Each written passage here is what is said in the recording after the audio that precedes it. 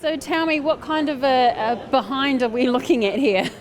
Well, we're looking here at the backside of a goat, and the big difference between a goat and a sheep, obviously, between a goat and a cow, is we're only looking at 2 versus 4 teeth. Probably a bit of a giveaway that this is not a cow.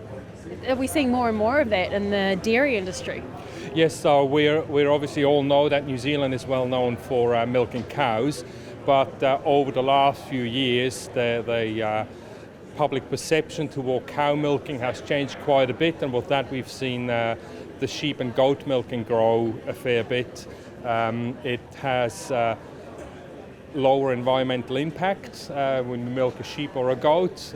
We use a lot less water, there's a lot less effluent being created, but also the sheep and goat milk have a very different nutritional benefit to cow's milk. There is the A2 protein that we're talking about, or that we hear about a lot. There is a lot more vitamins and minerals in small ruminant milk as well. So for people that are lactose intolerant or sensitive, the sheep and goat milk is a very good alternative. So basically the sheep comes in here, or the goat comes in here, and can you just give us a bit of a demonstration about how these things work?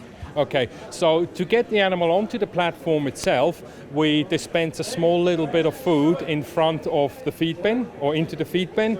The animals know that there's some feed, they're very keen to get to it, they walk through, and then there's a little scissor lock that holds the goat or the sheep in place, and then all we need to do, we need to push the cluster forward and cup on, and that's all the operator has to do. After we've put the cluster on, the system goes into sensing the milk, and it milks for as long as the milk is flowing. Once there is no milk, the cluster comes off, just like this. I had to assist it a little bit because it's not a real goat and it's all dry, so it's a bit hard, but it all comes off.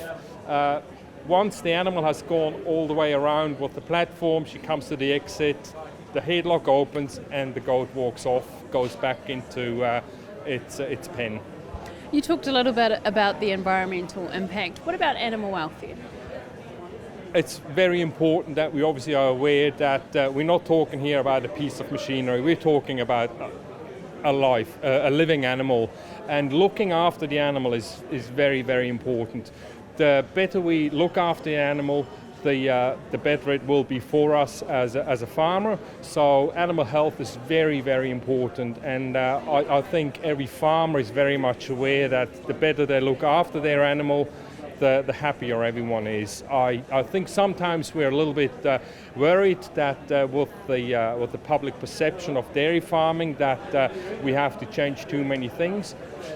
In some areas we probably have to change, but overall I think animal health is right at the very, very top of every farmer's mind.